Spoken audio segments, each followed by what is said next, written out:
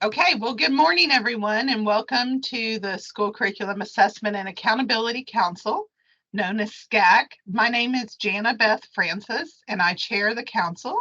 And today is September 19th, 2023, and we'd like to welcome everyone for joining us. We're going to begin with some housekeeping and roll call from our staff support, Melissa Chandler. Thank you, Jana Beth. When I call your name, please make sure that your camera is on and state your full name and then indicate you are present. Artavia Ackland.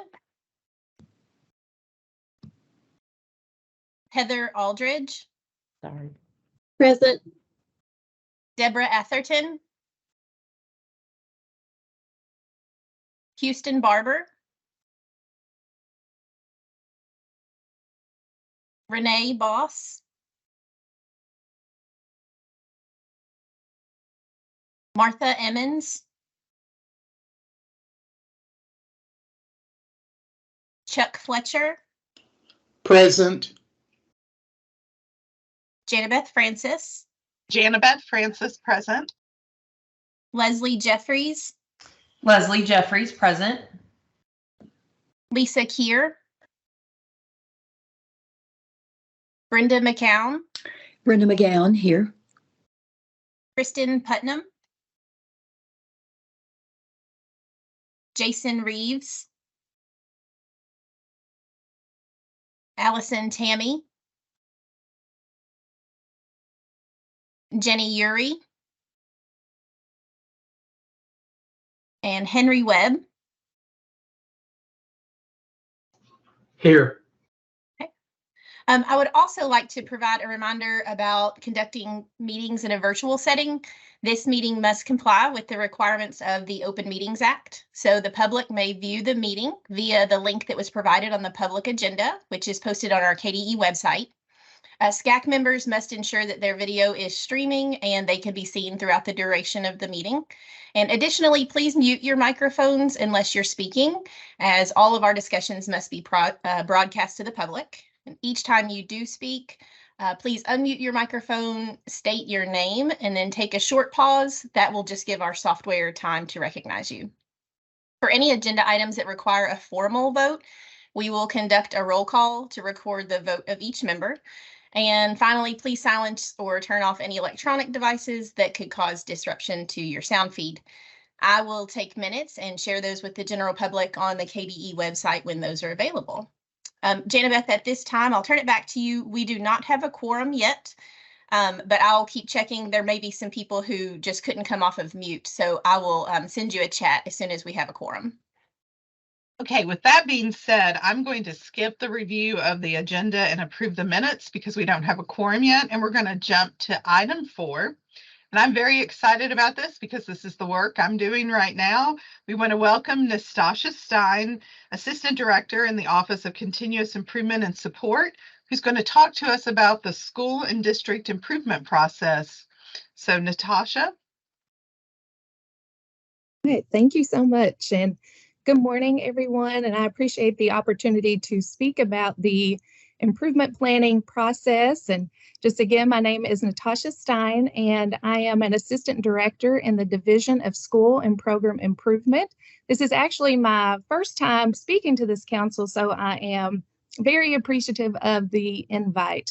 And I do want to say in full transparency that Ruth Swanson, who is the District 180 Program Manager, she oversees the improvement planning work at the department. However, Ruth is on a well-deserved vacation, and I'm delighted to share some information on her behalf this morning. So as I make my way through a few slides, I'd like for you to consider the question that is on the screen and specifically think about how your district or school leverages the improvement planning process to solicit participation and feedback from its stakeholders, both inside and outside of that local educational ecosystem. And as we know, we cannot go it alone when it comes to student achievement, and we must explore the vantage points of those that have a vested interest in students' academic success and involve them in the goal setting processes. So that's kind of the question again, the guiding question to keep in the back of your mind. And as I get near the end of the slides, we will revisit this question, and I hope to open it up to you to get some of your feedback about that.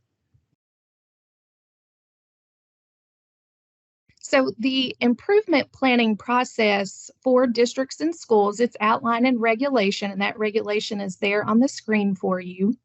Planning is conducted in phases in our state, and that really helps to assist with improving the alignment and helping to create more efficient processes all around when it comes to the work that must be done to complete that improvement plan.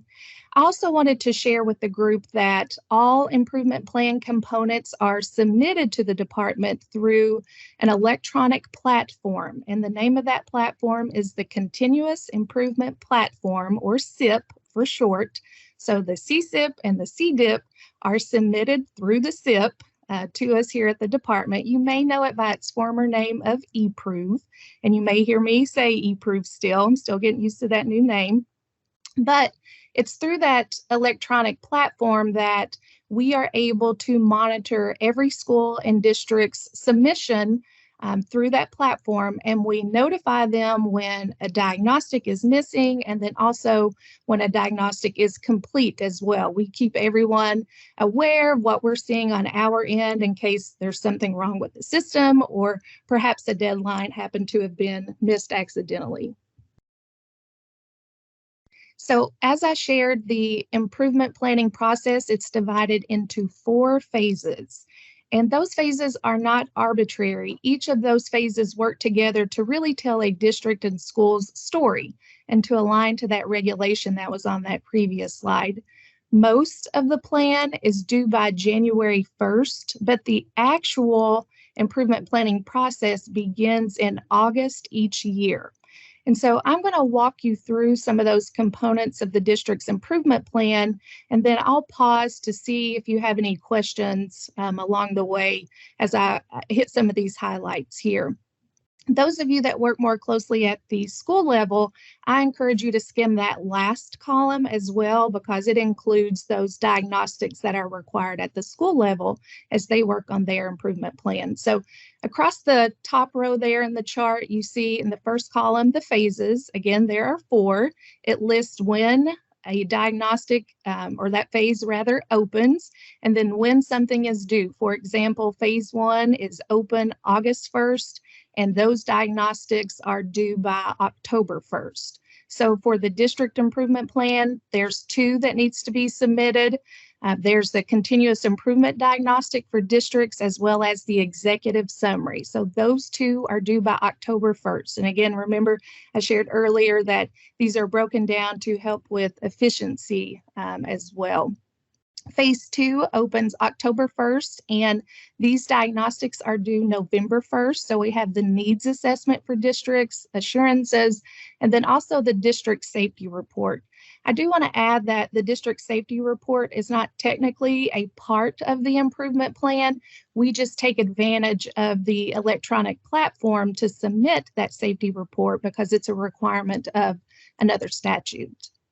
Phase 3 is November 1st through January 1st, and you're going to see a diagnostic here that's named the Comprehensive District Improvement Plan.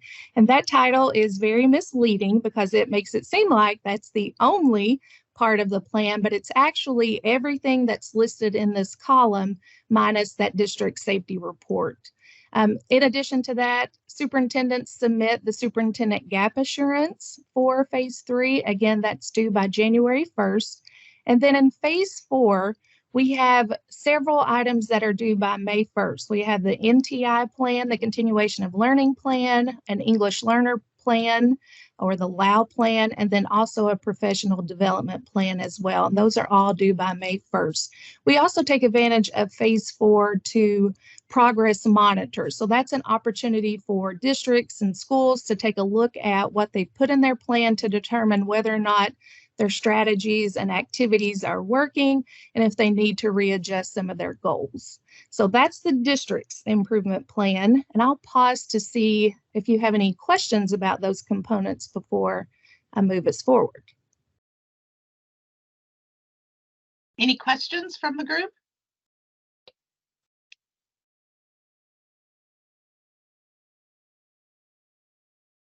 All right, thank you. So the dates seem very concrete, and they are for compliance purposes. However, districts and schools have the liberty to go in and out of those diagnostics to make changes as they need throughout the academic year. So we understand at any given point you have data pouring into your school and district from a variety of assessments. That could be your local formative and summative assessments, as well as your statewide assessments and universal screeners. So you have also other useful data like your working conditions survey data, things that you do locally or that are required here at the state level. You have your parent and family engagement survey. So at any given point, you have an assortment of data available to you. And so it may be necessary to go back to a diagnostic that you thought was completed and already submitted in the electronic platform. And you can revisit that at any time to make those adjustments and updates as you need to align to your reality. So just wanted to point that out. It seems very concrete, but there's lots of flexibility there with the diagnostics. I wanted to note that the regulation on improvement planning defines the extent to which a stakeholder must be involved with the planning and the planning process. So for that CDIP or the district's improvement plan, it's required to be completed by the local school district with input from parents, faculty, and staff, and representatives of school councils in the district. If it's the school level plan or the CSIP, it's required to have input not only from that school council, but also from parents, faculty, and staff as well. So it's not just people working in silo. There is a requirement that a multitude of stakeholders be involved in the planning to ensure that students are achieving and that we're working to close those achievement gaps. So again, soliciting that participation and feedback, it is a requirement through that regulation, and it ensures that the plan is developed and gives voice to other stakeholders throughout the educational system. So through this planning process, both districts and schools are committing themselves to a culture of continuous improvement, and we're engaging and involving multiple people along the way. A common question that we get asked at the department as it relates to improvement planning is, how do we do this? What are some ways that we can involve others and get them engaged in this process? And so we've included here on the screen some examples of the more common approaches that we see when we're reviewing plans, what people are writing in there and explaining to us. And so I wanted to share a few of these with you today in case you're looking for and searching for some ideas here. One area is that schools and districts are really leveraging their PLC meetings, those professional learning community meetings, to involve teachers that are not on the school council. So we're opening it up to other teachers throughout the building during those PLC meetings to give input and ideas on the improvement plan. And then that also includes district level staff attending those PLC meetings to solicit some feedback on the district level plan as well. Districts and schools can post preliminary working drafts, so long as you're stating there, being cautious and making certain that you're sharing that those are preliminary and working to get some feedback. That can be through a survey that's shared out and allows the whole community an opportunity to provide input on the improvement plan. And then, of course, leveraging things that are already happening in your schools and districts, like your parent-teacher conferences. If you have an opening meeting or session with all of the parents and students there in attendance, that would be an opportunity to share and talk about the plan and get some feedback. Of course, open houses, that's another great way to involve and get some feedback on your plan as well. And then, of course, you could always share with the other schools that are within your communities as well to get some feedback and some added commentary. I did want to note that two of the diagnostics that are in the planning phases actually require districts and schools to report out on how they are soliciting input and feedback from others. So on the needs assessment, there has to be detail on the process about how they're going about getting input from others on that plan. And then in the executive summary, they have to also identify the stakeholder groups. So I wanted to share that with you and to also remind you that these plans must be posted on each district's website. So the CDIP must be on the district's webpage, and then the CSIP must also be included on each school's webpage. So that's just an opportunity. If you have the time and you're interested, take a peek at what they're putting as responses or adding here to those questions, because it'll give you a little bit of insight on how they are managing and soliciting feedback and getting some input from others there. So that was a high-level overview of the improvement planning process, and we've made it back kind of full circle here to the guiding question. So from your lens, I'm sure there are a variety of other ways that districts and schools are reaching out to seek involvement, to get that input, to get that feedback. And so I wanted to open the floor up to you for ideas and thoughts and suggestions that you may have, or any questions that you may have as well. Thank you, Natasha. I will say that I wrote down a great idea. We don't share working drafts, but we have a portal where we share any potential curriculum that we may be purchasing. And so it's great. We might be able to share that. So I think that's a good idea. I'll start. We try to utilize our existing parent feedback group. Downstairs in the teaching and learning department. We say downstairs because our central office is 2 floors, so that didn't make a lot of sense to the greater group. But the teaching and learning department, we have a family advisory council that meets throughout the year. And when we meet, we often divide up into the areas of, either the department or the areas of the CDIP, depending on what's going on. So that's one way we have shared. So anybody else? Remember, you can always come off mute, or you can raise your hand and we'll call on you.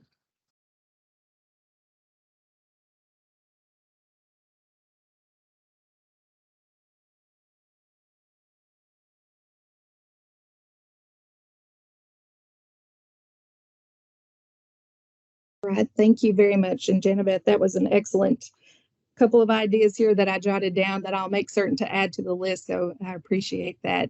So just ending here again, I wanted to share Ruth's contact information with you. She will be back in the office tomorrow.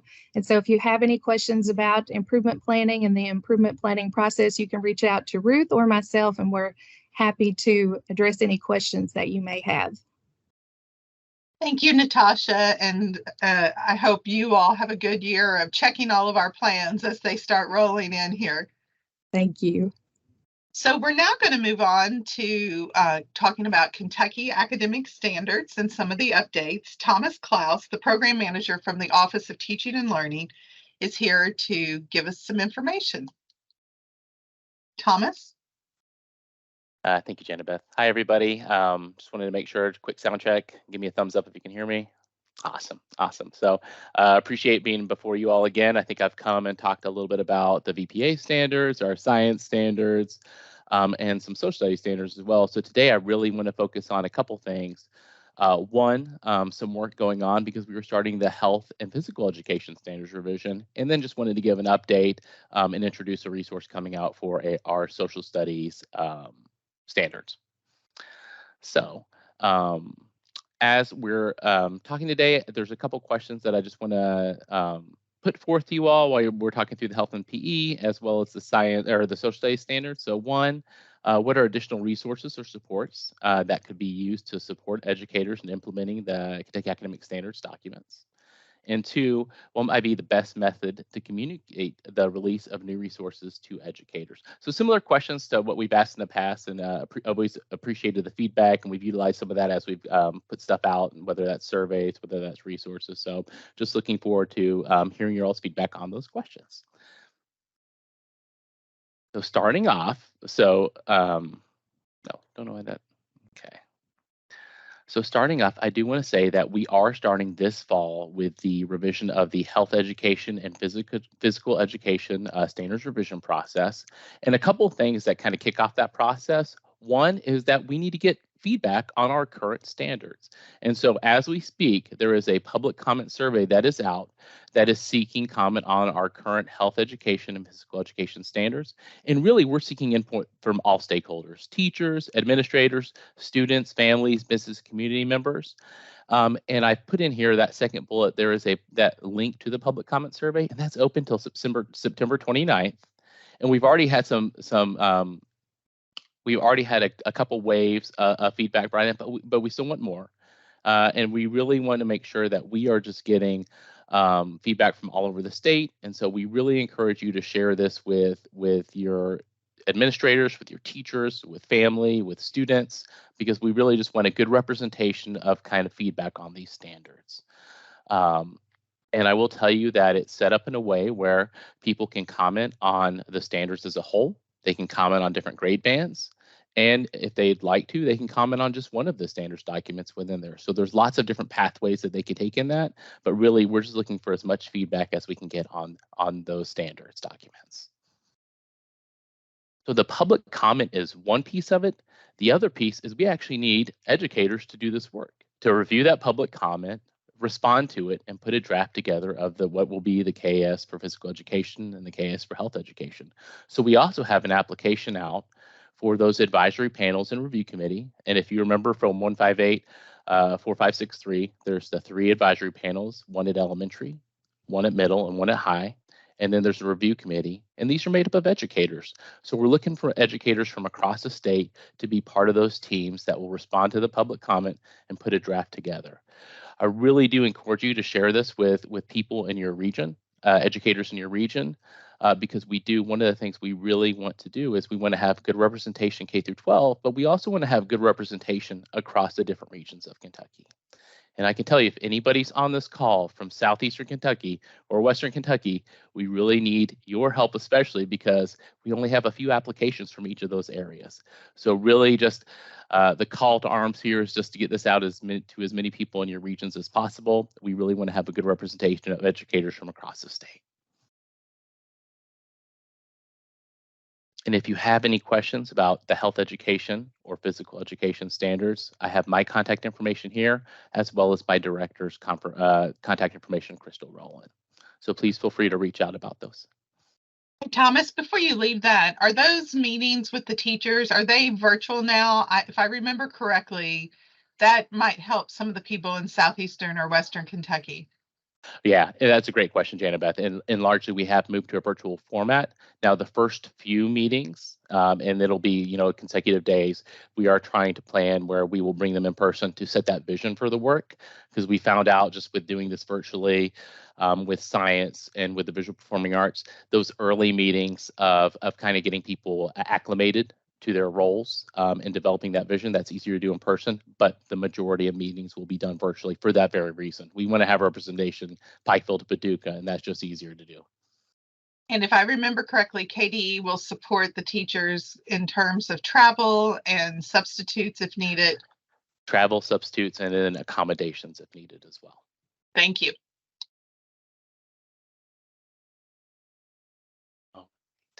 And then the second thing I want to talk to you about is a little bit about the Kentucky Academic Standards for Social Studies. And so you've probably heard me talk a little bit before. I've presented to this group before, but again, with the passage of the Teaching American Principles Act during the legislative session a couple years ago, the KS for the Kentucky Academic Standards for Social Studies were open for revision. Per 158196, the KDE was required to incorporate those 24 fundamental American documents and speeches into the grade level appropriate middle and high school standards. And that was to be done by July 1st, 2023. One thing that is important to note, and just a clarification, is that this was a special revision, but it does not usurp the regular revision and does not delay that regular revision. So the social studies document will be back up for a full review in 2025. And so that was to be completed by July 1st, 2023. A draft was submitted and is going through the regulatory process currently. These are those 24 documents and speeches, and they are all open source and online. And so one of the things that we had talked about in the past was just kind of additional resources or supports that could be used to support educators in implementing the KS documents. So I'll come back to this question, but I just wanted to see if anything had percolated, as if some of you had reviewed the PowerPoint or just thought back through some of the other presentations we had done, just to see. I just wanted to give space to see if there was anything in knowing this revision was coming about that anybody wanted to share at this moment.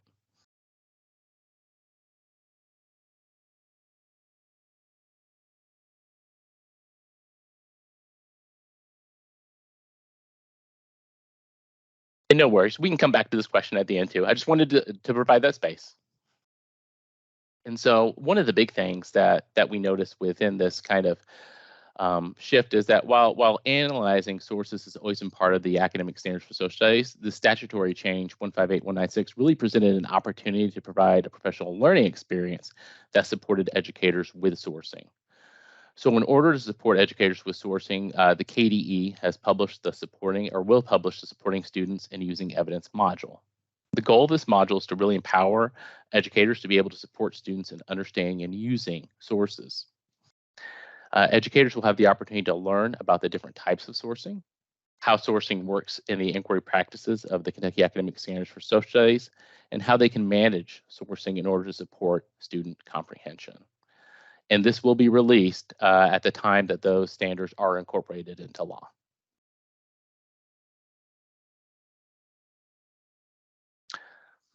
So here, I think some of you have seen this image before. It's from the Academic Standards for Social Studies. So as you're aware, in the KS for Social Studies, there is a requirement that students engage with the inquiry practices of questioning, investigating, using disciplinary concepts, using evidence, and communicating conclusions. Once students are investigating using disciplinary concepts, they are engaging with the disciplinary strands of the social studies, which is civics, geography, economics, and history. And one of the inquiry practices within the document is the using evidence. Within the using evidence standards, students really must learn how to substantiate their claims using evidence. This skill requires students to collect, evaluate, and synthesize evidence from primary and secondary sources. And so when our social studies team, Lauren Galicchio and Heather Ransom, when they conducted workshops with teachers, what they found out was that teachers were really comfortable in supporting students and engaging with their social studies skills found in the using evidence standards. As an example, teachers were familiar with how to corroborate a source or how to contextualize it. However, teachers really struggled with supporting students and comprehending the sources that students engaged with. While a teacher felt comfortable supporting a student and understanding the differences between two sources, teachers didn't always feel comfortable in supporting students' comprehension of a source. When they use the phrase student comprehension of a source, what they're really referring to is the student's ability to understand the content of a source without the teacher telling them, without the teacher explicitly telling them what the source is about. And so that became kind of the impetus for thinking through a module and a professional learning experience. And so again here, and I think this is something that's just really important to contextualize the resource. So within the standards, you see here the progression of the kind of using evidence standards throughout, and you see this starts in kindergarten. So and goes throughout the K through 12. So the skill of using evidence progresses in complexity and sophistication from kindergarten to high school. In this excerpt you can see here, if you look at grade 5, and I'm sorry if that's a little blurry, but grade 5 says they're analyzing primary and secondary sources on the same event or topic, noting key similarities and differences in the perspective they represent. So again, teachers felt very comfortable in supporting students engaging in those sourcing skills, but they really struggled on how to take a source and implement it in a way that supported student comprehension of that text. And so I wanted to talk a little bit about the module. So the supporting students and using evidence module is really set up with the goal of really supporting students in using evidence to substantiate their claims. So here we have the kind of the overall goal, learning target, and then the success criteria. Really, a teacher is successful when they can help modify sources appropriately to support students' learning when using evidence. So they talk about things like translation, annotation, putting together a source that's not losing meaning, but but still supporting students and utilizing it. Supporting students' mastery of the grade level using evidence standards in the KS for social studies. And then developing, the second part of the module is all about developing that coherent periods of learning that support students' understanding of the term source. Developing coherent periods of learning that support students' mastery of grade level using evidence standards from the KS for social studies. Support students' ability to investigate, supporting compelling questions using a variety of primary and secondary sources, and then supporting students' comprehension of primary and secondary sources as well. So that's the learning goal and success criteria. And then one of the things I really appreciate about our team at the KDE is what they did was they really mimicked the way the standards are set up. So the module is set up around a compelling question in the KS for social studies. So those compelling questions are the overall big ideas. And so here it is, how do I support students in communicating their own conclusions using evidence to substantiate their claims? And then they have the supporting questions. So again, mimicking that architecture of the standards within this professional learning experience. And the supporting questions are really about building that knowledge and those knowledge bases in order to help support a teacher in utilizing that compelling question. So within the different modules or the different pieces of this, we're learning about what our source is. So we use the terminology in social studies education that anything that conveys a message is a source. How do I select sources for investigation? So thinking about that process of curating and aligning that curation of sources to the standards. How do I adapt and excerpt sources for grade level appropriate so that students can engage with them? You know, one of the things that if you look back at that list of 24 documents, you know, some of those documents are written in a very different language set with a different lexicon and nomenclature. So how do you adapt and annotate that without losing the meaning? How do I support students' comprehension of primary and secondary sources so that they are knowing, analyzing, and evaluating those sources for what they are? And then 5, how do I use students' comprehension of primary and secondary sources to demonstrate mastery of the using evidence standards? So again, those supporting questions and the learning that goes around that, those are the things that shape the different parts of the module and help get to that compelling question of supporting students with using the sources. Here we have just kind of like the overall architecture of the different modules. So you see it really starts with understanding the using evidence piece of the Kentucky Academic Standards for Social Studies. And then modules 2 and 3 really are supporting teachers when selecting sources, and then supporting teachers with engaging with complex sources. 4, 5, and 6 then move to really support around working with students. So really thinking about kind of what are students needing before they engage with sources. What is the supports they're needed for as they are engaging with sources and then after engaging with sources. So that's the kind of layout of the module. So really, while the 158-196 Teaching American Principles Act didn't change the standards and the emphasis on that using evidence piece, what it did do was it just provided a place for us to really focus on providing support around utilizing sources and supporting students in using sources. And then I do want to reiterate that within the KY standards, we do have other resources to support educators within the social studies. So we do have on that page, here's the social studies specific page on that, we have a getting to know the CAS for social studies. So that really focuses on those inquiry practices that we talked about, questioning, using evidence, communicating results, and then those disciplinary lenses as well. We have other modules that help support educators as they're breaking down those standards and thinking through the different pieces. And then we also have even thinking through kind of mining the gap, which is an older module, but still beneficial because it helps different teams really think through kind of where maybe their local curriculum is and kind of how that would relate to the standards document as a whole. So I do want to come back to our questions. And so there's only one on here, but I do want to offer up space. If there are other resources you think would be valuable, I definitely want to hear those, but also want to hear, you know, from you all what might be the best method to communicate the release of new resources to educators. And I will say that as the KAS revision, the KAS for social studies, as that revision is incorporated, we do have a press release ready to go out, as well as information about this module. So I'll jump in with an invitation for you all to present at CAAC, the Kentucky Assessment Association Conference, the Scott Trimble Workshop, October 27th. because I think the best way to get this information in the hands of educators is to have educators experience components of this new module. I love this module on helping teachers learn how to get students to actually have the comprehension to understand sources. It fits right along with student agency. But if your team could come and actually get in front of educators and model a couple of the activities, I think you would find people definitely jumping out to use those more.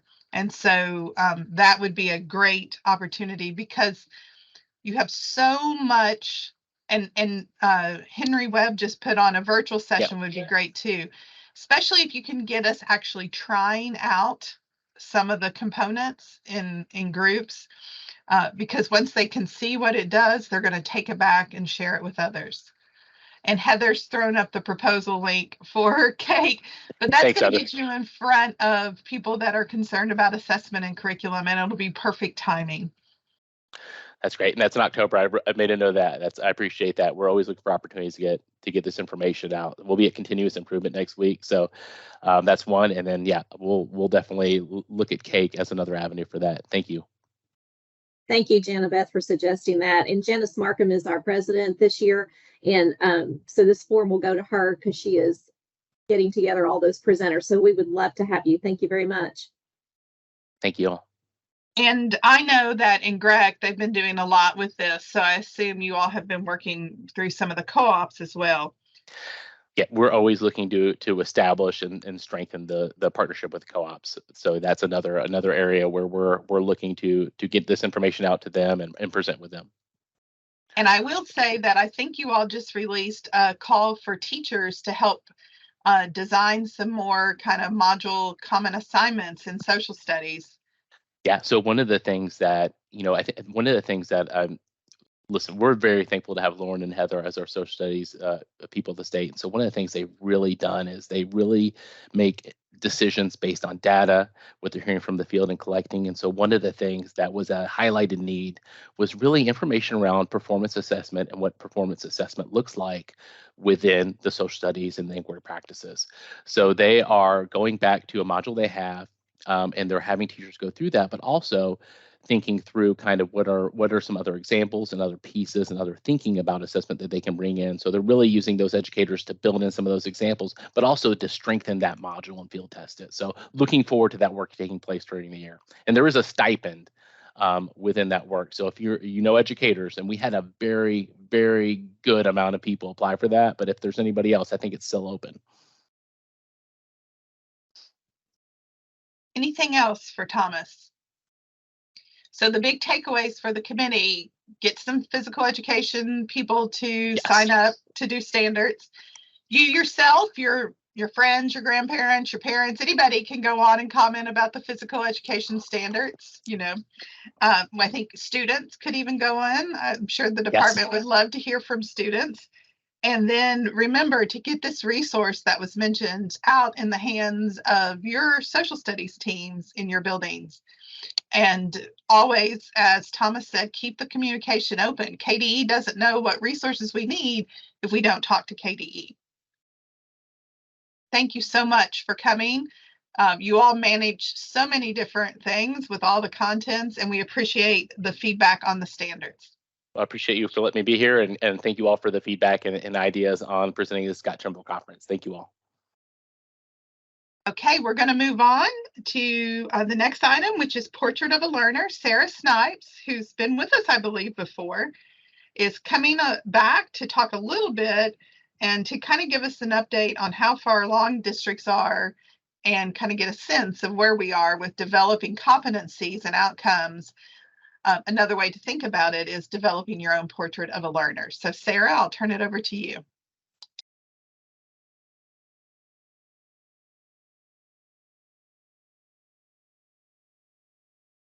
Good morning. Can you all hear me okay? All right. For some reason, I'm so sorry. I'm having some issues here with my camera, but I'll work on that while we get started. Thank you all so much for having me just to provide an update on our Portrait of a Learner journey.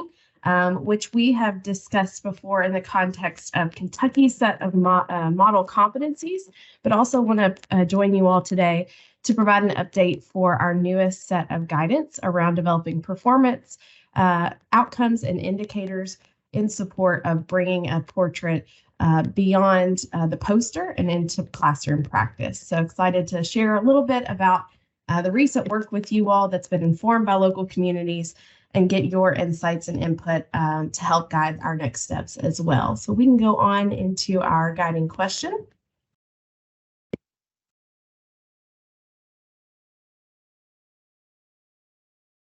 Which is, how far along are districts in developing local portraits of a learner and implementing more balanced measures of student growth and achievement? And also, what supports exist that will help districts in their implementation journeys? So we're going to share a little bit of those resources that we've developed with you and kind of show you as well how we have our finger on the pulse right now through a series of surveys on how districts are developing and implementing their local portraits.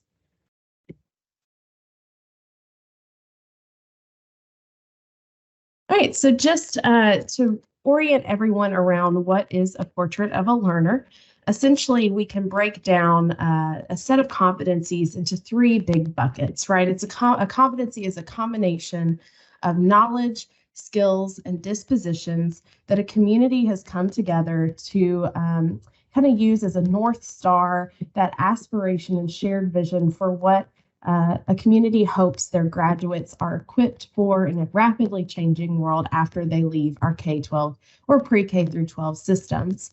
And so our Kentucky Board of Education, through learning what local districts were already doing well before even 2018, when support that work aligned to United We Learn vision, really saw an opportunity to lift this up as a point of emphasis for our districts and develop a set of model competencies that districts could use to start and begin those local conversations and guide the work forward. So just provided this is an overview and a look at what does it mean when we say districts and the state now has a set of competencies. Really, we can break this down into those three core elements: the knowledge, skills, and mindsets and dispositions that we want for students as they leave our schools. And through the help of friends at UK Center for Next Generation Leadership, they've done a tremendous amount of work, both as previous district level administrators themselves, as well as studying Kentucky school districts and the national landscape around portraits of a learner, have created this implementation continuum. And so we've been starting to reference this a lot as we've noticed that we're about 55% of our districts now have some form of development or published portrait in their local communities. And so we're starting to shift away from learning how their development processes are going and more so how are they thinking about implementing this to where it's truly making an impact at the student level in classrooms every day. So this implementation continuum is just a resource that we've been using often in our team and in conversations as we develop supports and think about how we might best support districts in their journeys. You can see here, this is a continuum that could proceed left to right from developing a portrait, then publishing that portrait open to the community, then beginning development of a local performance assessment system. So you might see the development of those performance outcomes that we'll talk about a little bit here in a moment, which might lead to rubrics, student-led conferences, performance tasks, exhibitions, and portfolio defenses. If you take a look at districts and their implementation, this is typically the next step for them that they explore after they've published the set of competencies for their community. And then we see that often guides instructional shifts, right, based more upon vibrant learning experiences in the way of more project-based learning, workshop models, students going out into the communities to solve authentic problems, and the integration of more conferencing and feedback loops, both within teacher to student relationships as well to peer to peer. We see then an increase in community engagement in shaping the instruction and assessment models locally. So again, building out more of that work-based learning, bringing expert speakers into the classrooms, and that takes a shift into moving more into a fully functioning assessment instructional system, seeing local adopted policies. Several of our communities have indicated that they do not yet have a local grad requirement, for example, that might include a senior defensive learning or a capstone project. However, we are getting signals from several communities that they are considering that next step in adopting local policies towards those structures. So this implementation continuum is just a resource based on research of a pulse check across the nation and local communities here in Kentucky of what it might look like to shift from development into having a portrait of a learner transform a local system. And so just an update for you all today about how it's going for us and our team as we listen to and learn from schools and districts out there all across the Commonwealth. After the Board of Education adopted their portrait last fall, we started to ask districts, where are they in terms of developing a portrait, finalizing a set of competencies, considering developing a set of competencies, or not considering at this time. And so actually I could have even updated this a little bit more to say that we continue to see this emergence of local portraits popping up across the state and our communities. And that's largely been thanks to the deeper learning grant work that's been happening at our regional co-op teams. So as you can see here, as of the 6th of this month, 59 districts had finalized sets of competencies and were working their way across that continuum. 30 districts reported that they were developing a set of competencies with their community at the moment. 18 were considering and needed more information, and 5 were not considering at all. And we continue to reach out and partner with our deeper learning teams to capture the status of 62 districts that we just don't know about yet. So I've included a QR code that will take you directly to about a 60-second form that just captures your district and where you might be in terms of developing a local set of competencies within your community. So you can feel free to share that.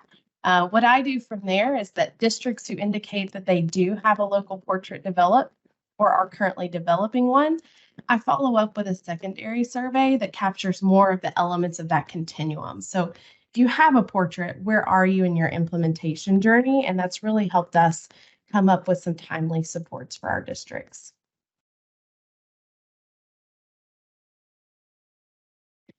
And for this group today, I just wanted to lift up a survey question through that implementation continuum that I thought may be of specific interest to the SCAAC members, which is that piece of how far along are schools and districts in developing a performance assessment system that's aligned to their local set of competencies.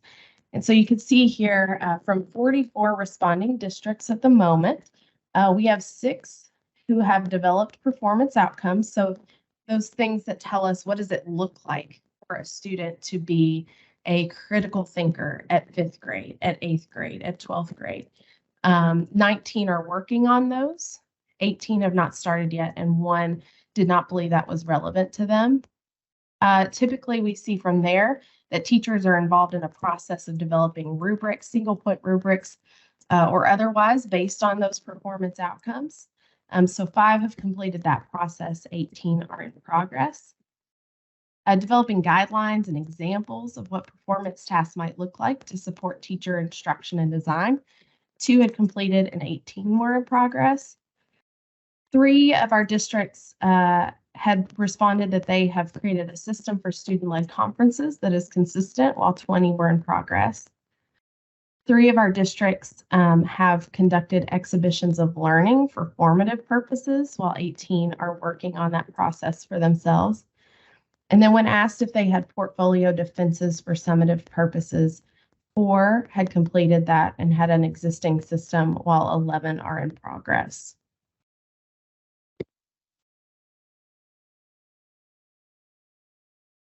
And additionally, we had asked districts what kinds of supports and services would be most helpful to their current or next step in implementing a portrait of a learner. 71% of the responding districts asked for a set of guidance that would help them develop a system of measurement of those competencies. And so in response to that ask, we've developed our latest set of guidance, and this is actually the first set of guidance to be released from KDE specific to Portrait of a Learner. This can be found on our website, and I'll provide a link in just a moment. But this is in direct response to that request from our districts to support the measurement of their local sets of competencies. And in this document, we not only walk districts through the steps of creating their own local portrait with their communities, but also take it to the next step. So how will we know what it looks like in a classroom for students as they work on these skills?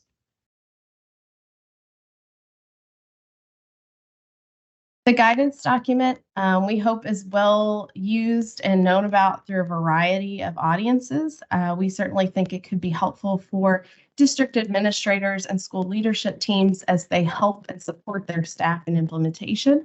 But we've also heard from local school board members that they're eager to learn more, and we really believe this guidance document would be a great benefit to local school board members who want to support their district schools in implementation. Certainly, educators would find this document handy. Our performance outcomes are provided there so that they can think about those single point rubrics that they might develop and tasks related to local competencies.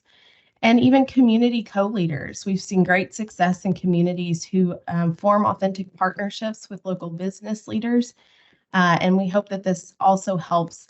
I had a great interaction with a business leader in one of our counties who said, man, now that I know my school district has a portrait of a learner, what could it mean for me to reevaluate my interview process, to ask for their portfolios of evidence and change the types of questions that I ask to better reflect the skills that their local school system has equipped them with. So community co-leaders, we hope, might also benefit from conversations inspired by this guidance document. As I mentioned, we hope that this is responding to a very real need of our local districts based on what they're telling us in our surveys. We've provided descriptions of our model competencies that were adopted by KBE, not as a mandate onto local districts, but just to inspire and start the conversation and give folks a starting point if they don't know where else to go. And we've also provided those model performance outcomes and indicators and considerations for assessing POL competencies. And I can't let a presentation go without thanking really the folks who made these resources possible. This wasn't KDE's Division of Innovation alone in a siloed bubble where we developed this. Really, all of this work, even the Kentucky model competencies, were co-created by district leaders in our Innovative Learning Network. These are districts in 2018 who were leading the way and already had local portraits. That's really the hands and fingerprints you would see all over the state's portrait and model competencies. And then we brought together educators from schools and districts in that network to create the performance outcomes you'll see in that guidance document. So actual teachers across those grade bands came together with us and developed those visions of what it might look like for students across grade levels. And lastly, just leaving you all with some resources. The web page up at the top, and I can hopefully drop that in the chat as well, will take you to our Portrait of a Learner webpage, where you'll find a variety of resources on the right-hand side, including our set of guidance that I've talked about today. You'll also find a link to Portrait of a Learner FAQ document. It was a partnership with our communications division to just address some of those big questions. What is a portrait? Is it mandated now that KDE and KBE have approved a model set of competencies? And a few other things that we are often asked. And then there's also a video featuring our board chair and others, Superintendent Bacon from Bullitt County, expressing the why behind a Portrait of a Learner.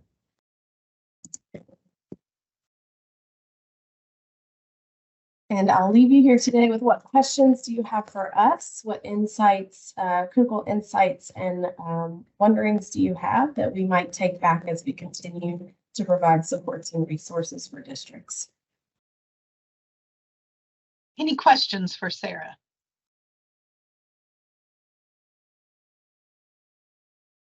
I did pop in the link that takes you to the Portrait of the Learner information. As I tell everybody in my district, KDE has a ton of information on their website. Don't be afraid to go to the main page and just in the search bar type in what you're looking for. You'll typically get to a lot of resources. But the new guidance document is very useful, so take a look at that.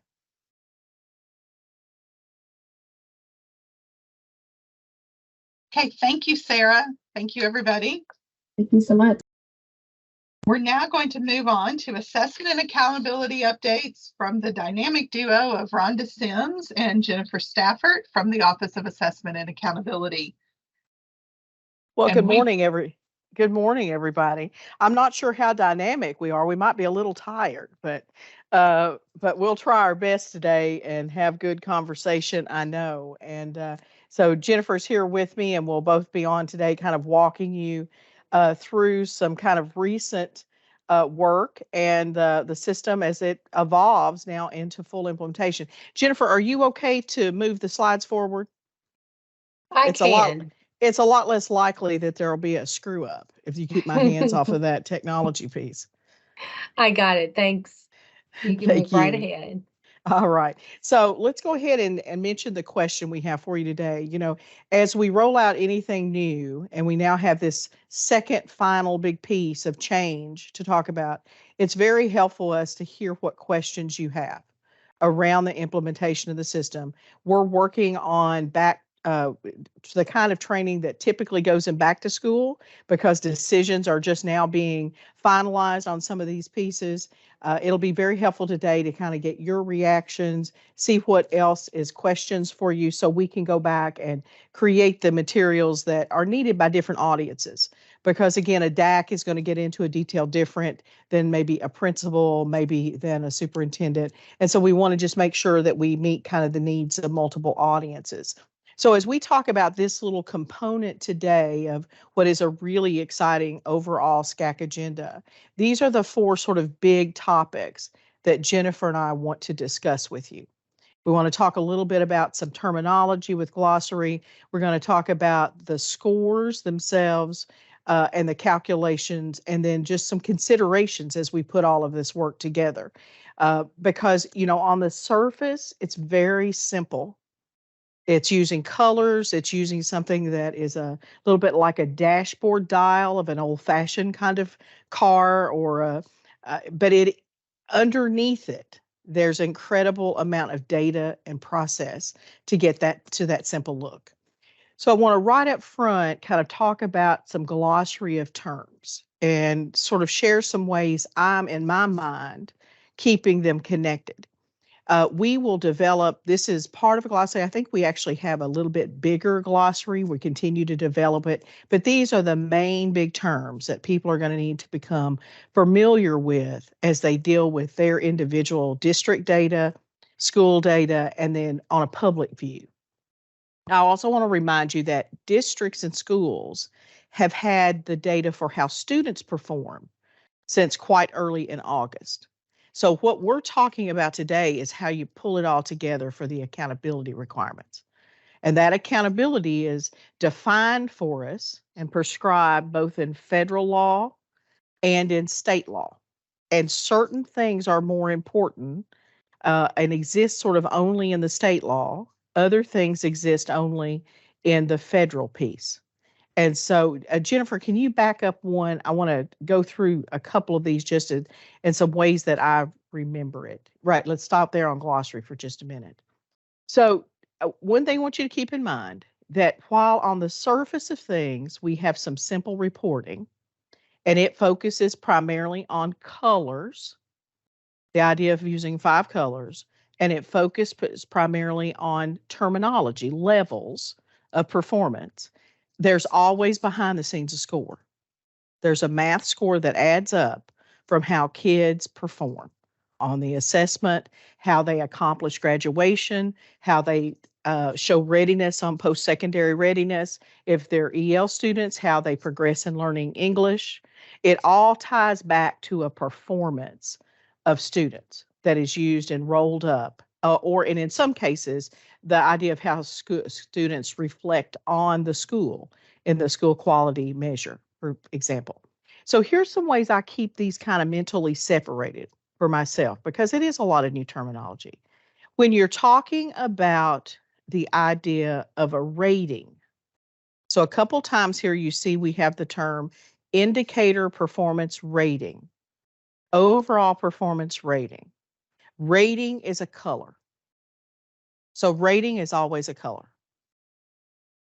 I mentally think about it as RC. Some of you may remember RC Cola. I grew up in rural Kentucky. I think about rating as color, RC. When we talk about level, those are terms that are actually in the state law, and they're terms to describe performance. So there are 5 status levels and there are 5 change levels.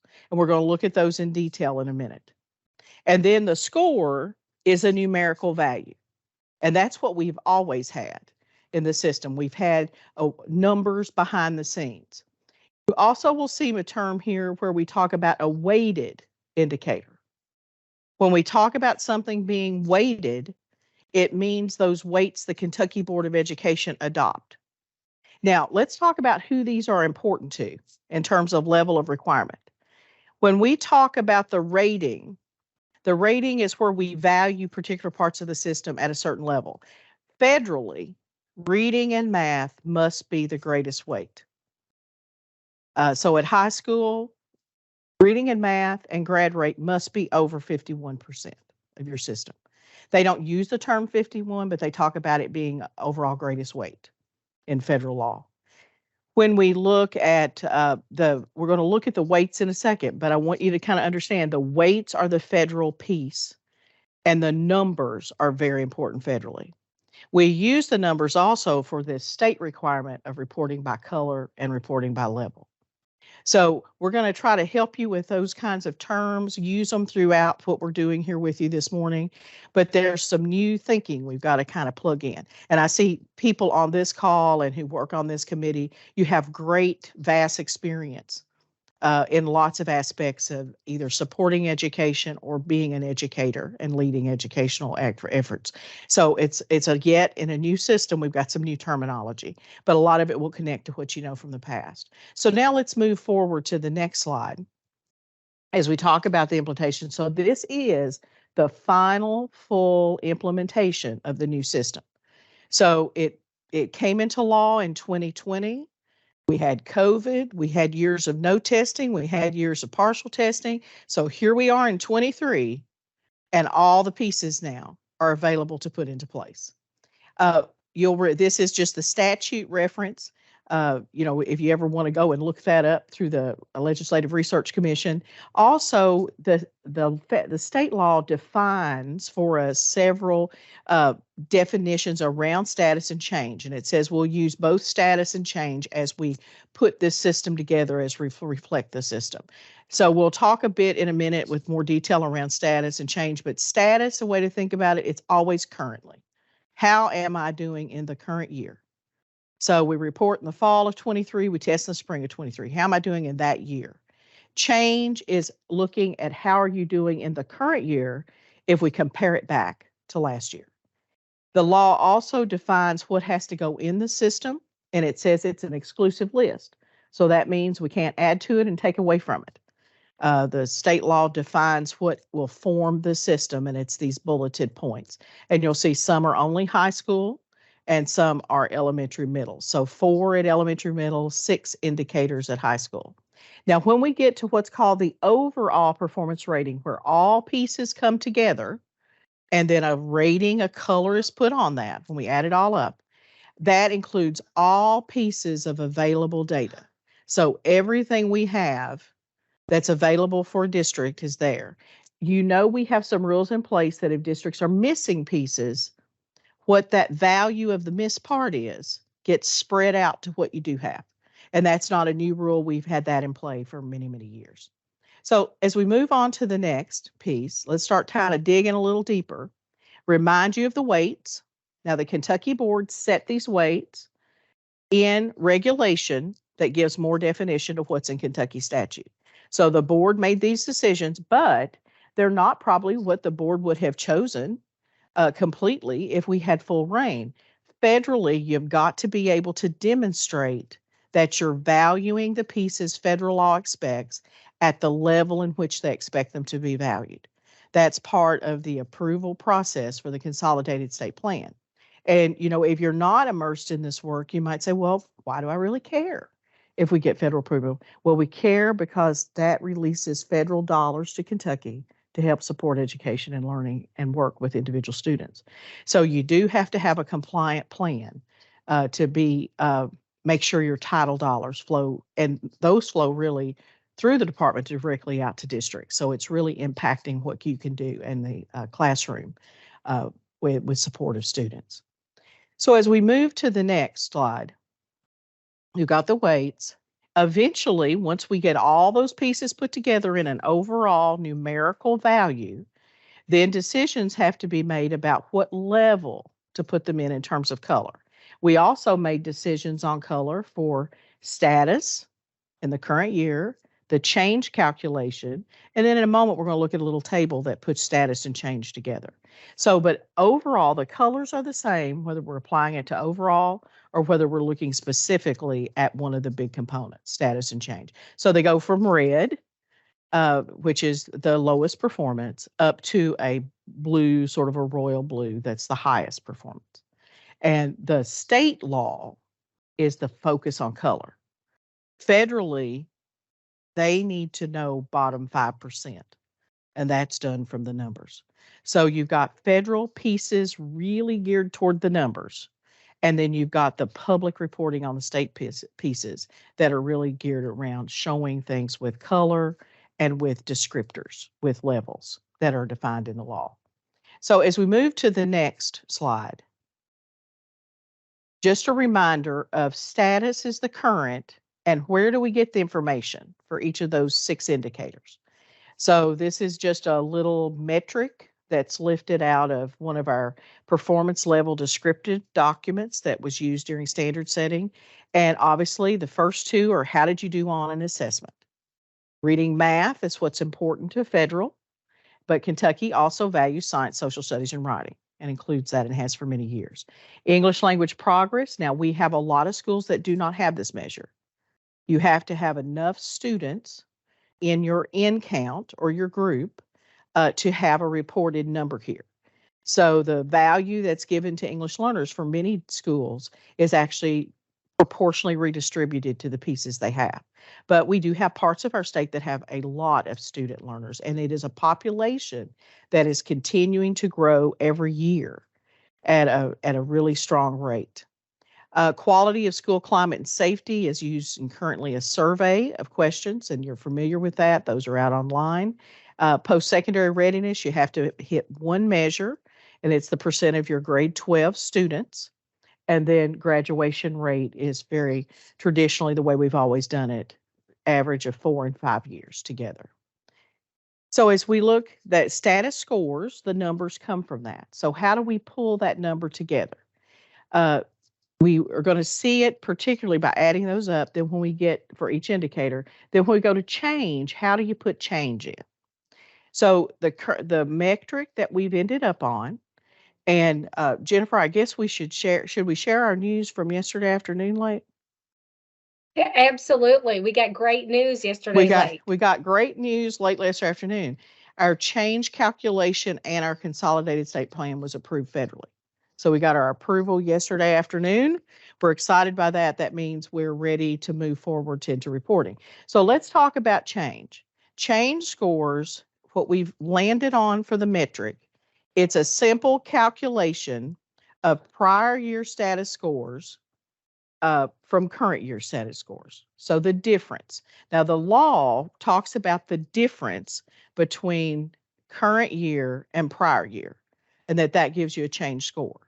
Now, the piece that you may be thinking about, there is some language in the state law that talks about equal, I think it uses the term equal weight. And so as we've put this system together, I want to explain why we can't just use a simple average.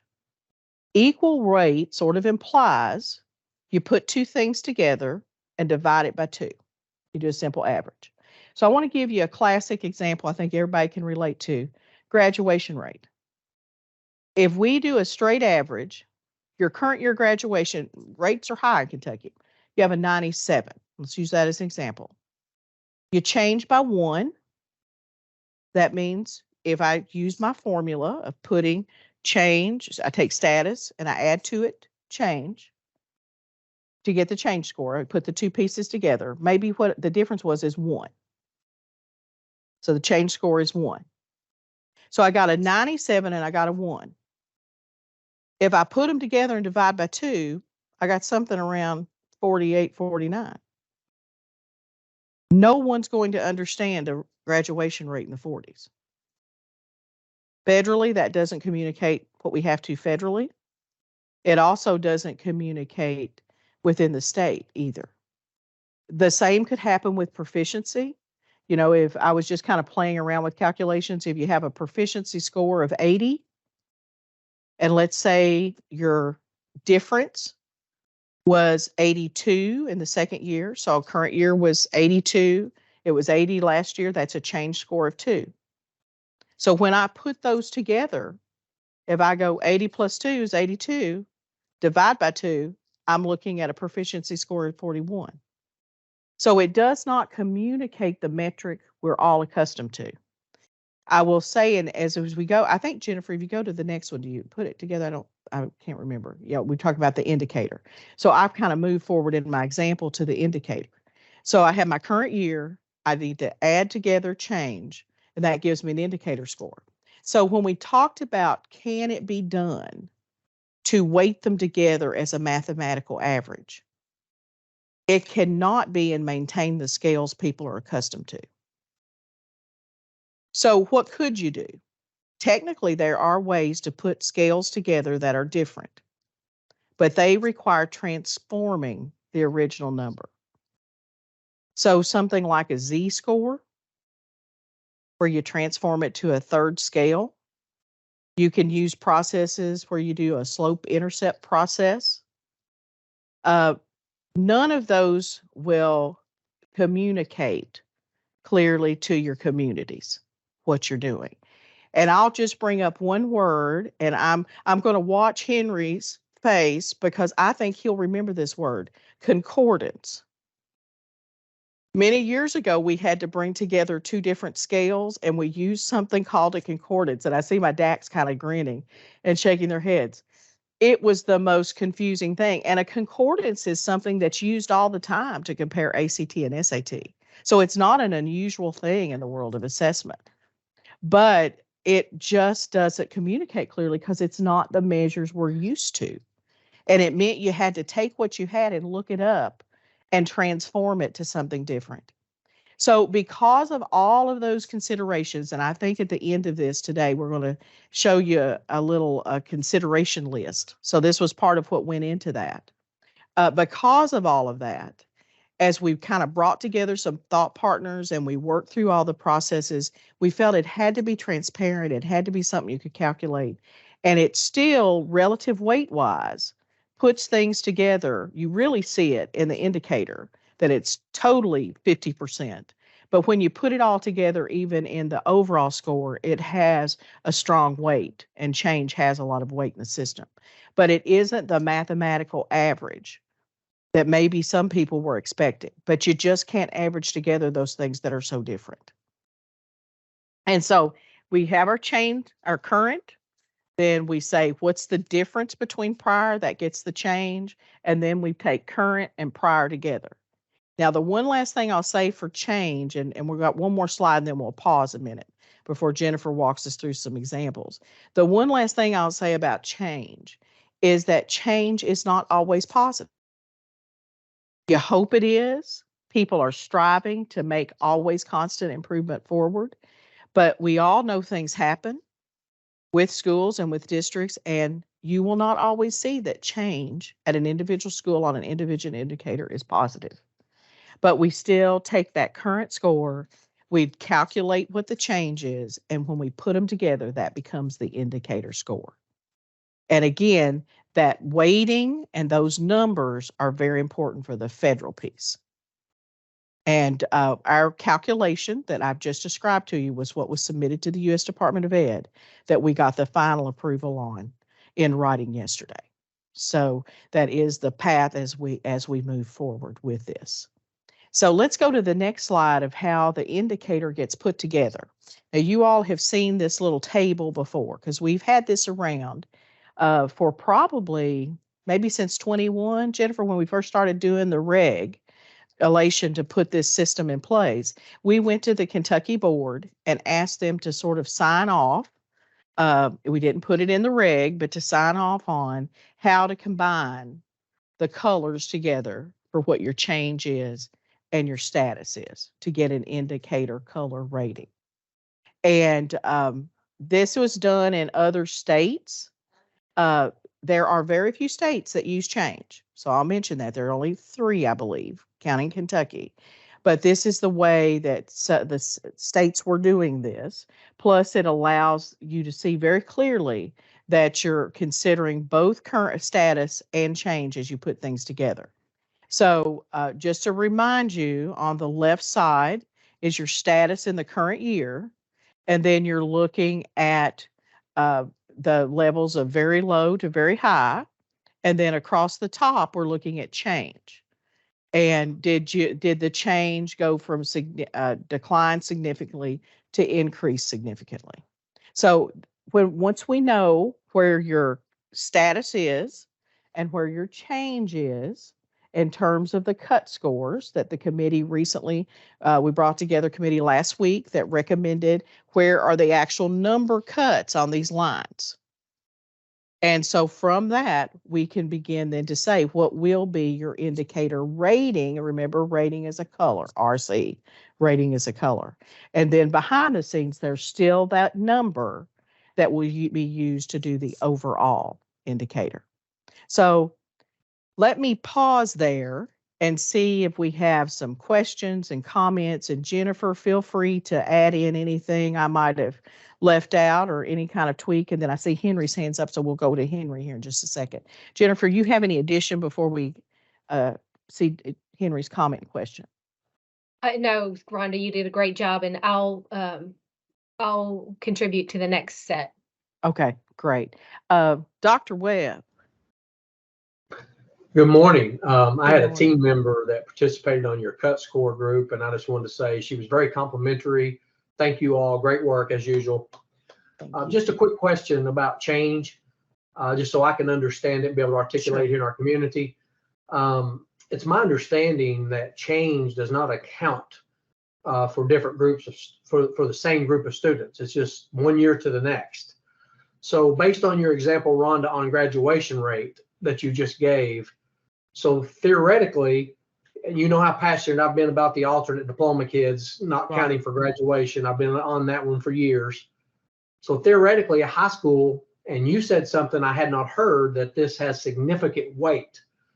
So a high school graduation rate, one year could have 0 alternative kids, alternative diploma kids, and have 97%.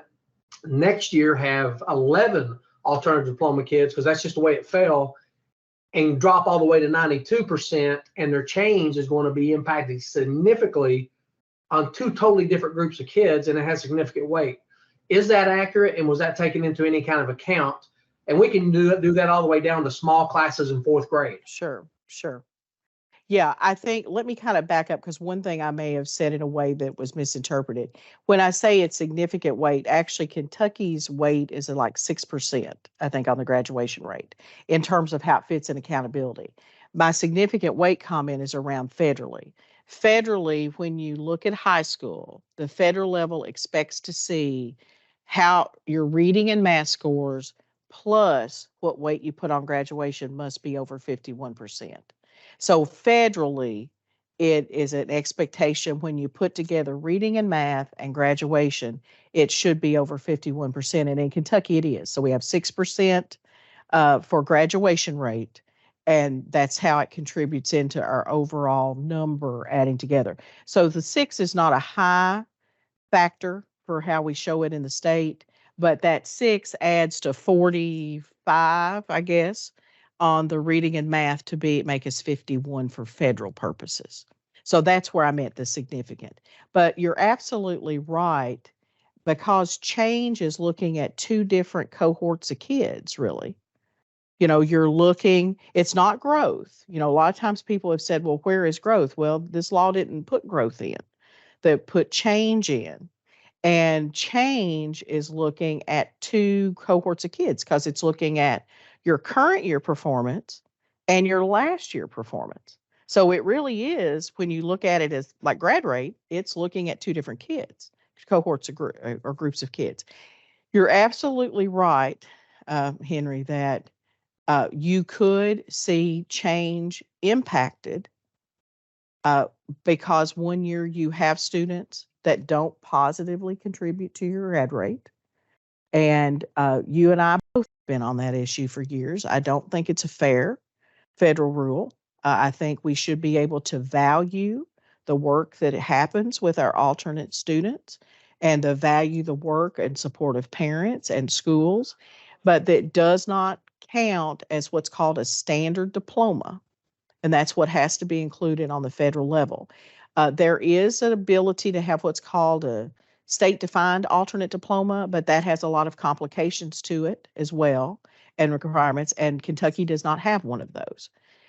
But you're correct that you could, in your example, have a school that shows as a negative change in grad rate, really just the factor of the students that are in the calculation.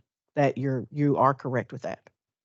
And So Rhonda, yeah, Jennifer, please add in. sorry, I will add in too that we have tried, as Rhonda said, for years to argue that point with the U.S. Department of Education, that the students that participate in the alternate assessment program are working very diligently, they're working very hard, and should have some positive reflection in the graduation rate. We have not won that battle, but we continue to argue that point. In Kentucky, what we do have control over in the accountability system is adding on into the graduation rate indicator both the 4-year and the 5-year rate. So we value in Kentucky that persistence toward graduation, and we include that 5-year rate as an average into the overall indicator. So we are, as a state, valuing that the good work that is happening in our schools.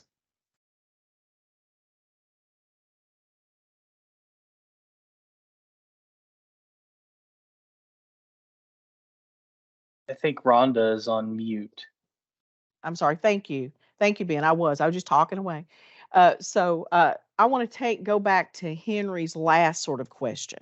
And that was, is there sort of anything that's been sort of put in place in the system that kind of considers the fact you could have that kind of sliding?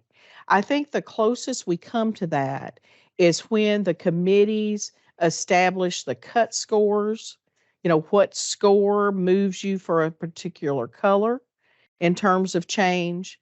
And we looked at the graduation rate requirement. I know some conversation like this came up. And a little later today, we're going to hear from Janabeth and Octavia on their role in the Standard Setting Committee, because they serve just like you had somebody on that group, Henry. So I think they have tried to set a little range there that helps with that a little bit. And that's kind of where we have the authority to do that. Again, the federal calculations are very defined. We have to just run them the way they are. We do get audit periodically, and we have to prove that we've run them that way. So, we don't have any really leadway on the actual calculations that are used for graduation rate, to use your example. But we were able for the committee to think through and have decision making around where the lines are, where the numbers are that would move you on some of these colors. So I think with that, we've been able to do that. And the work of that, really excellent work over the last 3 days of last week by a really hardworking group of people there with us.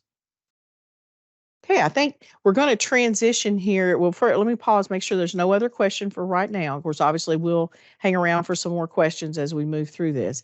Jennifer's going to move us into some data examples here, plus some other pieces to kind of bring this all back together. So thanks, Rhonda. Let's look at a couple of examples on how we bring the whole system together.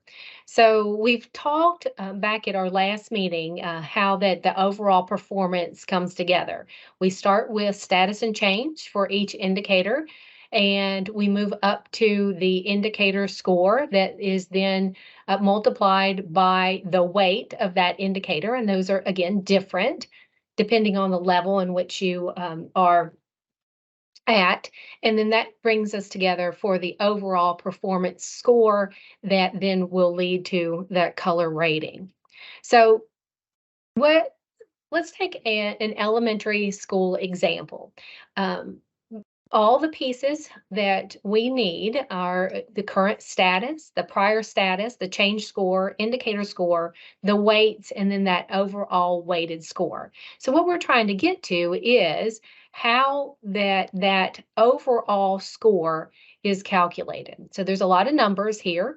And so let's look particularly at and step through this example on how to get to that overall score and then ultimately that color rating. We start with the current status score for each of our indicators by level, and this is an elementary school example. So we've got the 4 indicators. So we take the current status, so that's the measures that were of the 22-23 school year, and we put that current status and we subtract the prior year status to get our change score. So our change score is then added to our current status to get that overall indicator score. Now, we'll use that indicator score in a moment to look at how we get the color ratings for the indicator.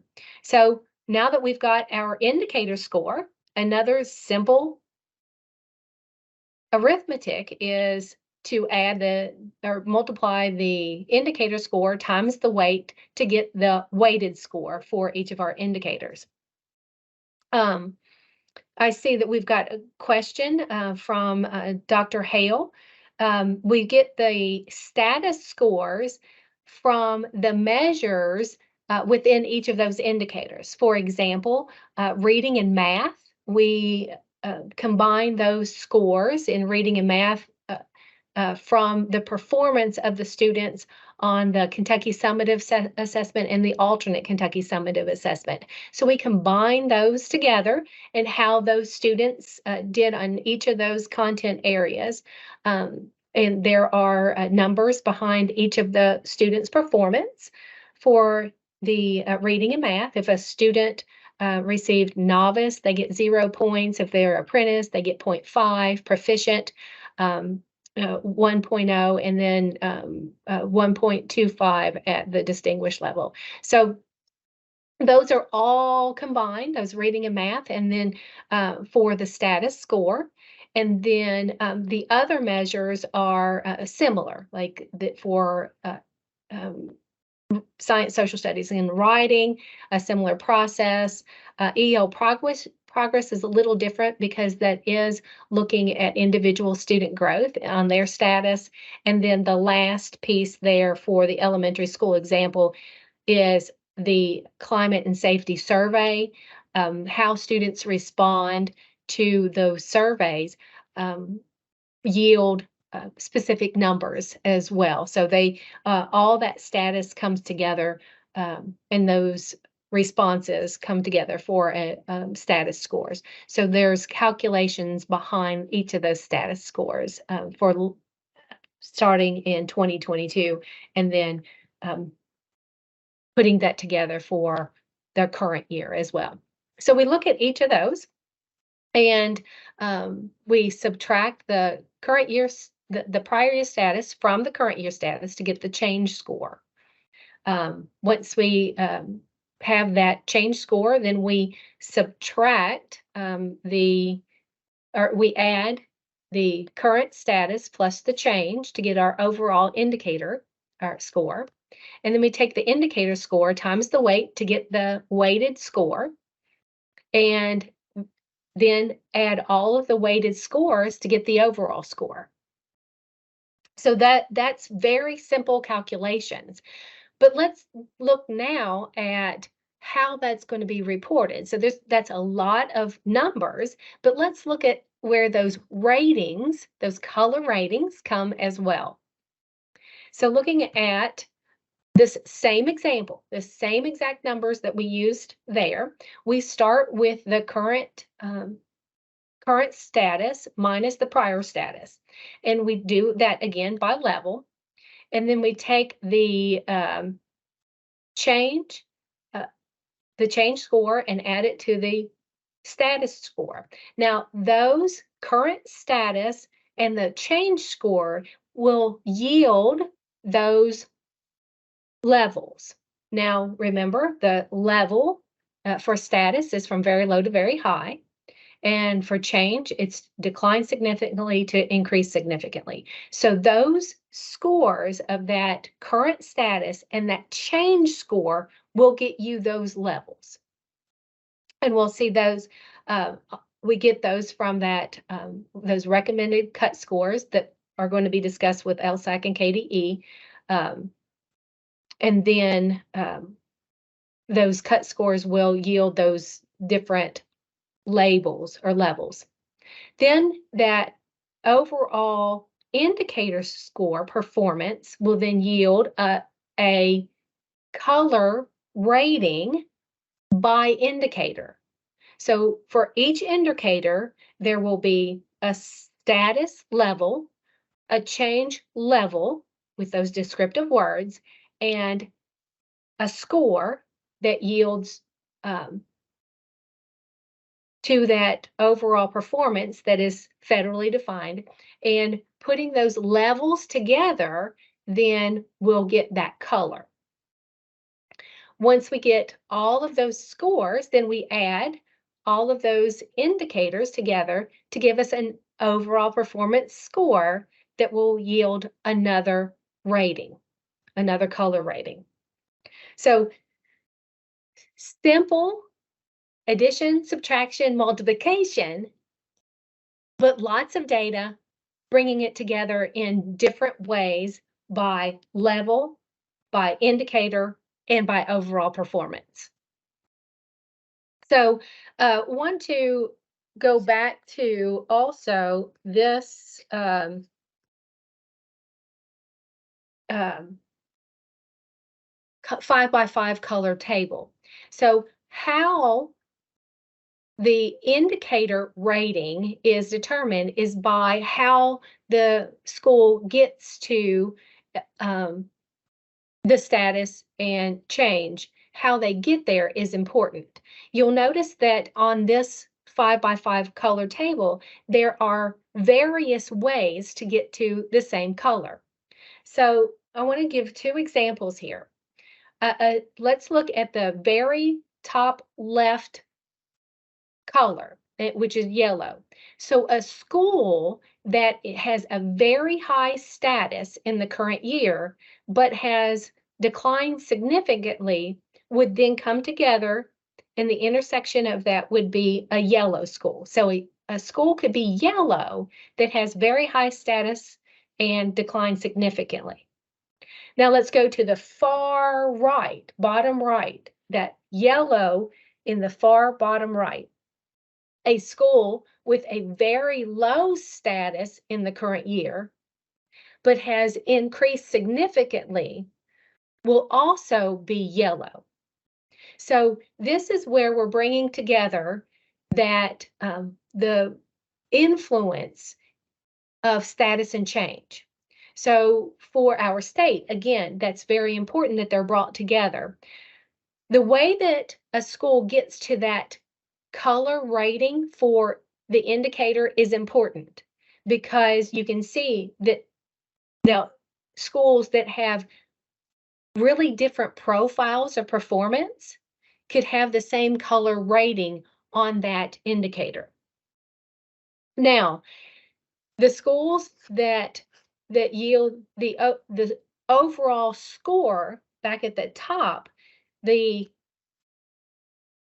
overall designation is aligned to the colors that are combined for those overall designations. So our schools, that top tier of overall performance will be more aligned to the overall score than it is for the color rating. So it's important to note for our schools, and I think that'll be a training piece and a piece for overall improvement. We just heard from Natasha this morning about improvement. We'll want to look at by your school performance on how they got to their indicator rating, that color, by looking at how they got there, because that's going to be the important piece on our indicators, because each of the schools could get to the various colors in different ways. And you can see here from this table, looking at just the yellow, there are 2, 4, 6, 7 ways to get to an overall indicator rating of yellow. So that's going to be important to note as well.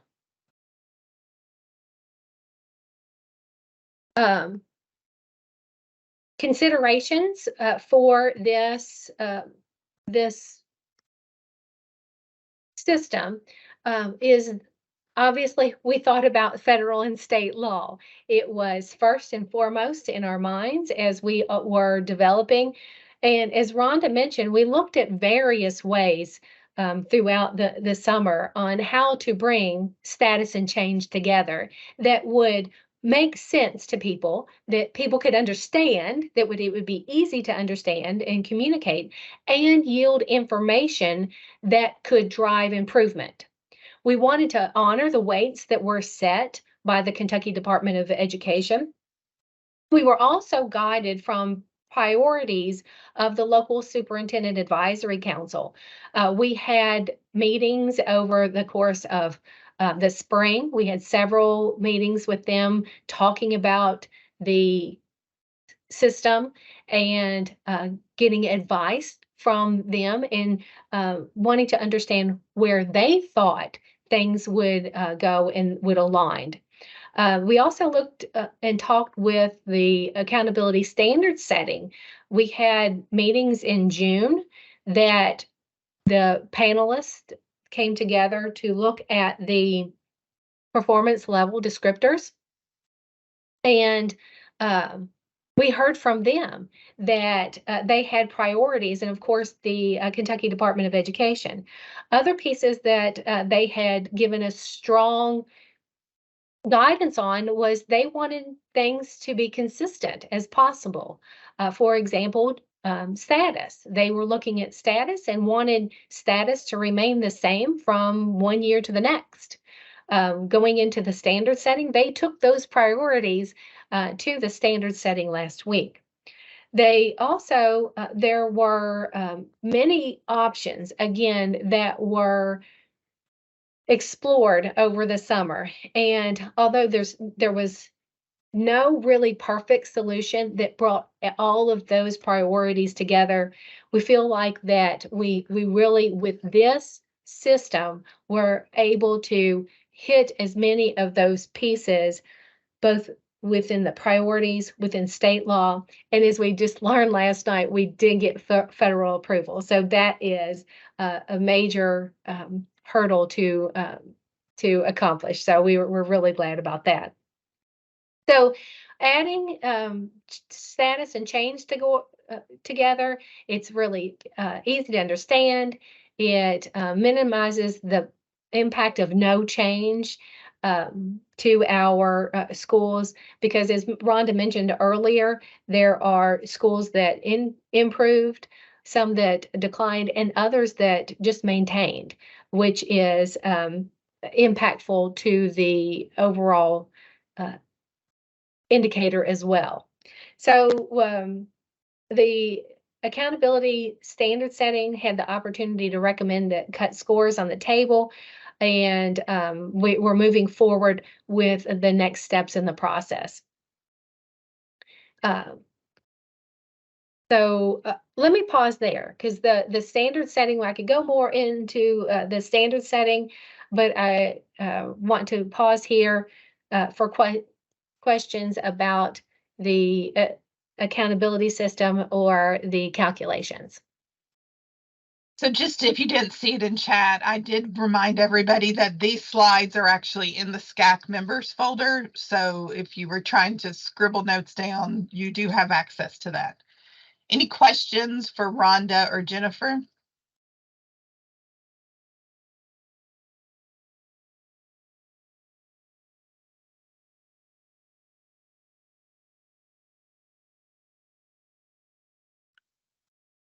Okay, why don't we let you all go on?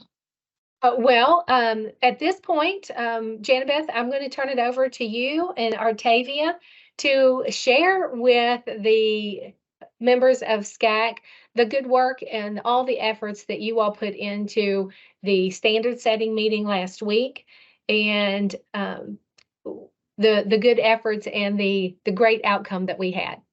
So we'll turn it over to you.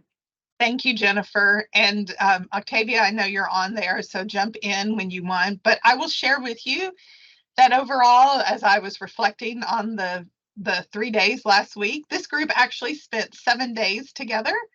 I think that's right, 7 or 8, but we spent 7 days together working. And so I will tell you that there was some real consistency as a through line. And I think that was important. We had incredible opportunity to have all voices heard. The Center for Assessment, which if you've never gotten an opportunity to work with that organization, is very professional. And we were highly supported by the Office of Assessment and Accountability. And many other departments from KDE had representatives listening in on the conversation. But I just felt highly supportive. Octavia, I don't know if you want to jump in and share anything. Much like you, I just felt honored and privileged to have a voice. I think there were 29 of us from various realms across education, everybody from parents to superintendents, teachers. We even had a student that was on the panel, and everybody's voice was heard. We had great discussion. A lot of us had some points where we all had to sit and think about, what does this mean for us as a state beyond this year? And so to have a seat at the table and represent not only other principals, but my district, this was a great experience for me. And I will just close by saying we've been asked not to share the cut points, obviously, because they are going to SCAAC for consideration and to our interim commissioner for consideration. So, but we can share what was shared with you all today. And so as you're working in your schools, the DACs and the school-based people really felt like getting the message out of how the new accountability system works before people get their scores allows them to understand it before they actually see how their schools and districts have done. And so I would encourage you to, once this recording, because Rhonda and Jennifer just did, guys, you all did a wonderful job. I've heard you go through this a couple times now, and today was just amazing. And so have your school-based people go back and watch this component so that they can really get a good understanding. I know as a district assessment coordinator that it takes a couple of times through. I've already had a colleague from the standard setting email me yesterday and be like, okay, am I doing this right? So it is a complicated system, and you've got to think about the district assessment people and principals probably need a higher level of understanding. than maybe your teachers. And so start to think about that and do use the slide deck. Just as a point of reference, if I remember correctly, and Rhonda and Jennifer jump in, SCAAC is meeting October 10th. They will have an opportunity to actually kind of see some of the information and the cut points. And then from there, we will have a quality control day, which is important with any new accountability system to make sure when it all goes into the massive computers and comes back out, that everything makes sense. Rhonda, I saw you jumped Yeah. on. I don't know if you No, want to add. that you did a great job with the dates there, Jenny Beth. I will mention that, we learned from the last year's work and we made some tweaks to it. And part of that was really involving LSAC with lots of discussion, decision making up front. And we are building more time in to allow LSAC to have more time with the data. So we will flow some information out to LSAC probably around sometime in the last week of September. They'll have a couple of weeks to have that, and then we'll come together on the 10th. If everything moves forward for approval on the 10th, it'll be just sort of mentioned at the state board. The state board does not approve. It's actually the chief executive of the department that approves. And then we would gear up for the final sort of QC using your district assessment coordinators, and tentatively looking around probably the 17th for that. Then we'll have several more steps that'll have to happen before public reporting. So we don't have full dates locked down for everything at the end, but we're moving right along the process and appreciate everybody's good work and thoughtfulness with the process. Hey, this, as always, doesn't have to be the end of this conversation. You know how to reach out to Rhonda and Jennifer. And like I said, it's a system that you need to hear a couple of times so things start to sink in. And Rhonda, I do remember drinking RC, so that's going to help me remember that rating is always a color. So those were great terms you used to begin with. We have one more major item on our agenda, and Dr. Todd could not be with us, but we do have Meredith Brewer, who wants to get a little feedback on the commissioner search. So Meredith? Thanks, Janabeth. Yes, we apologize that Dr. Todd was unable to attend the meeting today, but I am happy to be here so that we can gather some feedback from the members on qualities that you recommend the board prioritize as they look for our new commissioner. I'm sure you are all aware that Commissioner Glass's last day at the department is September 29th. Recently, the board had a special meeting where they named Robin Kinney as interim commissioner. Robin currently serves as the associate commissioner in the Office of Finance and Operations and has been at the department for a long time. So we know that we will be in good hands. But the board is underway in their search. They also approved an RFP to go out to find a national search firm who will facilitate the search and all of the various components. But we wanted to take a few minutes today, as we are with other advisory groups, to ask you some questions, and we will capture that feedback, share it with that search firm once identified, and hopefully bring to the department an outstanding commissioner in the next few months. So first question that we wanted to pose, as I said, what are some qualities you'd like in Kentucky's next commissioner? So that is going to be our first question, and then we'll go to the second question. So feel free to unmute. Janabeth, I don't know if you want to sort of call on people or how you'd like to do this, but we'd love to just have an open conversation. So we'll begin by unmuting. You can raise your hand or you can just speak up.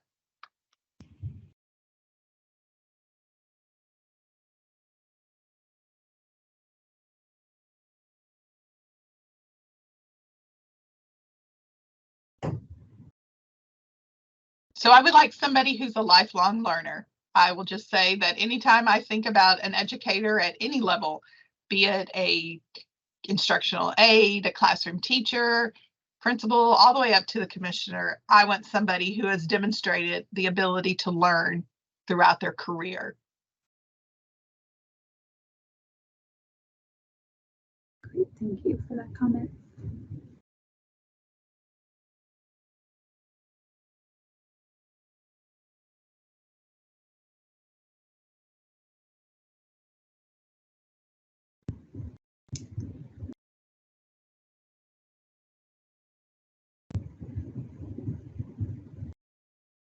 Anything else?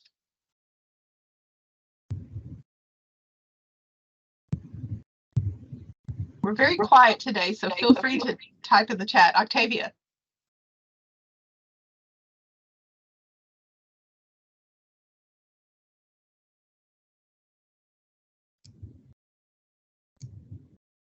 I think you're muted.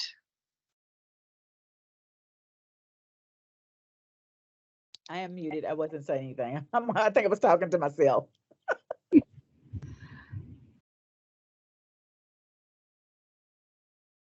So as I mentioned, the board is sort of embarking on this journey that we know will be several months long. So if you have some time to think on this question and you think of some qualities that you want to be sure are prioritized, feel free to send me an email, and we're happy to add that onto our kind of note catcher that we're using for these advisory group meetings.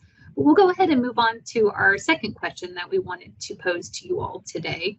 What should the new commissioner focus on in their first year? So hopefully we successfully identify a new commissioner, and when they come to the department, what would you like them to prioritize?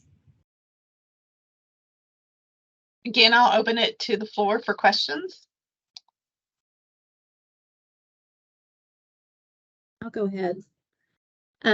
Heather Aldridge. I think a lot of times we have so much change, and we always talk about, well, there's a new commissioner, there's a new governor, and now we're going to have change again. And so we've had so much change recently, and I think we're finally starting to get on a really solid path in Kentucky. And I personally would like to see some consistency with some current great things that are happening for those to continue. I think our educators are weary of continual change. Sometimes it feels like change for change's sake. So I think some consistency, in a vision of some consistency, would be great.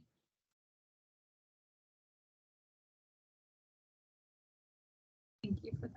And that certainly echoes comments we've heard from other advisory groups as well, that we want to have sort of commitment to the path that we're on, so that we don't have to start fresh and start anew. We want to continue in the direction that we're moving. Anyone else?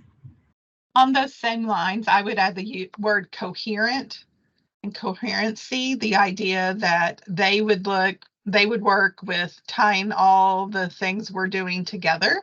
And the department has done a better job about that, but I think the more it's communicated, you know, we just spent time today in this meeting hearing about standards and the school improvement process and portrait of graduate and the new accountability system. I think it's really important for the commissioner to be able to link all those things together as she talks across the state and kind of communicates with everyone.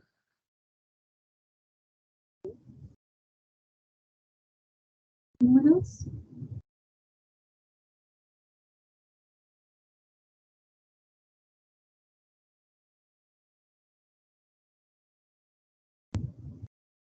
Meredith, will you let us know the best way to reach you? Is it to shoot you an email if people have individual thoughts on these topics? Yes, I will put my email in the chat so that you have it. So yes, you can send me an email. And then I also wanted to share with you all, we do have a website where we are going to put updates related to the commissioner search. So you can follow along on press releases that have gone out, updates about where we are with identifying the search firm, actions of the board. So that's a good place to go for up to the minute information about the commissioner search. But yes, please think upon these questions and feel free to reach out to me via email. Thank you all so much for your time. Thank you, Meredith. So moving on to our very last kind of items. The next SCAAC meeting is scheduled for November 21st, and several of you have expiring terms. But precedence is that we ask that you block that date out if possible, even if you are saying thank you very much, SCAAC, and moving along, because we're kind of in this holding period of not having new council members appointed. So if you would please, no matter what's happening, keep that 21st date tentatively blocked out. So we may get new appointments by then and we may not, but we hope to have you all back with us for that.